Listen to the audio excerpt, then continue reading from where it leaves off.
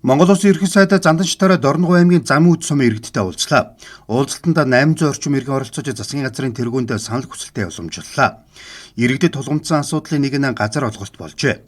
Ерөнхий сайд газартай холбоотой санал хүсэлтийг үндэслэж Замын үд сумын хэмжээнд газар олголтыг шалгуулахаар авилгатай тэмцэх газар, цагдаагийн ерхий газар, тагнуулын ерхий газрын хамтарсан ажлын хэсэг байгуулж, ажлын хэсгийг эх 7 хоногт Замын үдэд ажиллуулахар боллоо. Мөн хил гайлхны уялдаа холбоогүй байдлыг зэгцэлж хяналтын тогтолцоог нэгдмэл удирдлагатай болгоход засгийн газар анхаарч ажиллана гэсэн ерөнхий сайдын байр суурийг сумын иргэд талархан хүлээн авлаа. Замын үд сумд зэгцрэх хөдөлгөөн өрнүүлж хил гайлж чөлөөт бүсийн уялдаа холбоог сайжруулж байж авилгын эрсдлийг бууруулна.